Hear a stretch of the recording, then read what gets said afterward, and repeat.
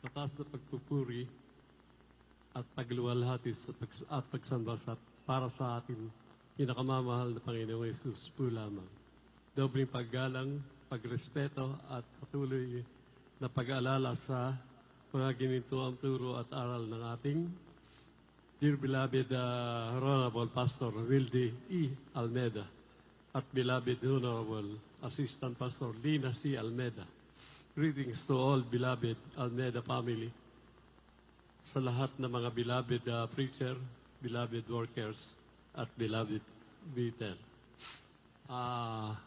Gusto ko lang po i-share sa inyo ang ginawa sa akin pagpapala ng ating mahal na Panginoong Yesus.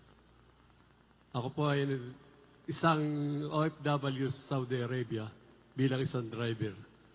Nagkaroon po ako ng problema sa aking pamilya, kaya po ako napauwi. Kaya po, nung nandito ako, nag-iisip po ako kung ano dapat kong gawin. Bigla naman ako tinamaan ng diabetes. Nagsimula na pong magsugat ang aking mga paa, nagnana at nagtutubig. Hindi ko alam ngayon kung ano ang aking dapat gawin. Minsan, ako pumunta sa doktor at sinabi sa akin ng doktor, tatay ko hindi nagagaling yan sa gamot. Insulin, ikaw na mag-i-inject sa sarili mo. Sabi ko, Dok, bakit naman o ganun? Ay, kung hindi o makuha na ang insulin, puputulin ng 2 pa ako. Ay, paano naman ako? Di lalabas ako kawawa. Sabi ko ganun. Ngayon, minsan, at sa aking pag-iisip, ako'y lumabas na sa akin tinitiran para mag-isip ko ang dapat gawin. May dumaan na isang kapatiran at ang sabi sa akin, brother, kung gusto mong gumaling ang iyong karamdaman, ikaw'y sumama sa akin sa Jesus Miracle Crusade. Sabi ko, oo, walang problema. Yun lang pala eh. Ay tama-tama, araw ng Biyernes, sa Mandaluyong, may gawain sa Namayan. Pumunta ho kami doon. Dilala ako ng kapatiran. Pagdating ko puro sa compound ng ating church doon, ay kinalabutan na kagad ako. Pagpasok ko sa loob, nagkakantahan ng mga choir. Ay may sumalubong ko sa akin malamig na hangin. Hindi ko maintindihan kung ano yun. Basta ang inisip ko na lang, siguro ito ang presisyon na ating mahal na Panginoon Jesus. Sabi ko gano'n. Ngayon, may isang preacher na sinabi sa akin, brother, bago ka umuwi, magpa-water baptist ka sa pangalan ng ating mahal na Panginoon Jesus. Oo, sabi ko, susundin ko yan. Noong ako'y mabaptist sa tubig, ay ang dami kong iniisip at kung ano-ano ang pumapasok sa isip ko. Pero bakit nung ako'y ilubog at ako'y ilutang, ay nawala lahat yun, pag-iisip ko. Nagliwanag ang aking isipan.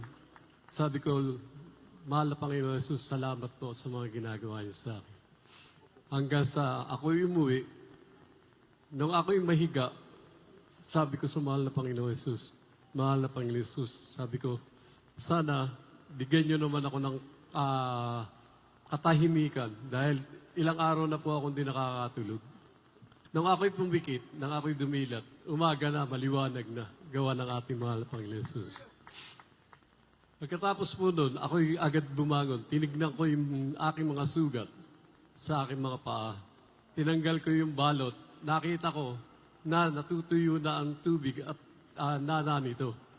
Sabi ko, Lord, mahal na Panginoon Jesus, salamat po. Kung ako man ay inyong tutulungan at kapapalain, sana tuluhin niyo na po. Sabi ko gano'n.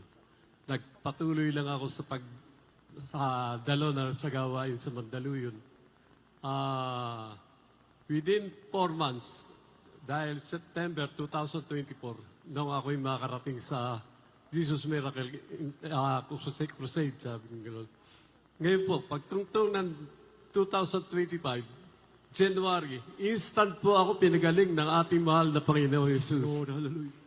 Pinagaling niya lahat ang aking sugat. Kaya sobra-sobra akong pagpupuri at pagsamba sa ating mahal na Panginoon Jesus. Hanggang sa ngayon, eto po, kung gusto niyo, ipakikita ko sa inyo ang katunayan na pinagaling po ang aking sugat. Praise the Lord. Beloved, kuya, palabas po para makita ng mga beloved brethren. Hallelujah.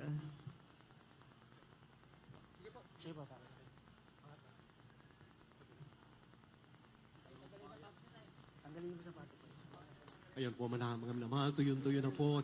Yung pong napakaraming sukat ng ating minamahal na kapatid. Beloved Kuya Doc, dito po yan sa gitna. Kindly. Dito po para makita ng beloved brethren. Hallelujah. Dito po. Baguhan po ang ating beloved brother. Bagong ligtas ng Hallelujah. Pinakita ng malapoy ng malaking himala sa kanya. Hallelujah. Thank you, Jesus. Hallelujah, Lord.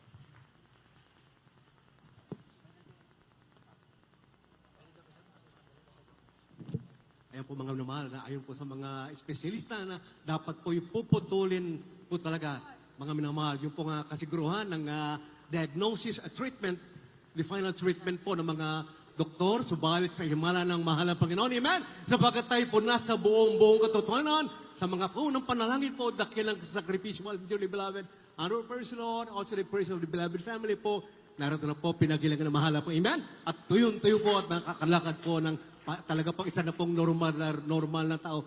Libre po, wala pong bayad ng kagilingan sa Jesus Miracle Crusade. Glory to God! Napakadakila po ng ating pong mahal na Panginoon. Salamat ang walang hanggan sa ating pong pinakamahal na Panginoon. God bless you po mga kapatid. Sila po baguhan pa lamang po mga minamahal. Ilang buwan pa lamang po sila.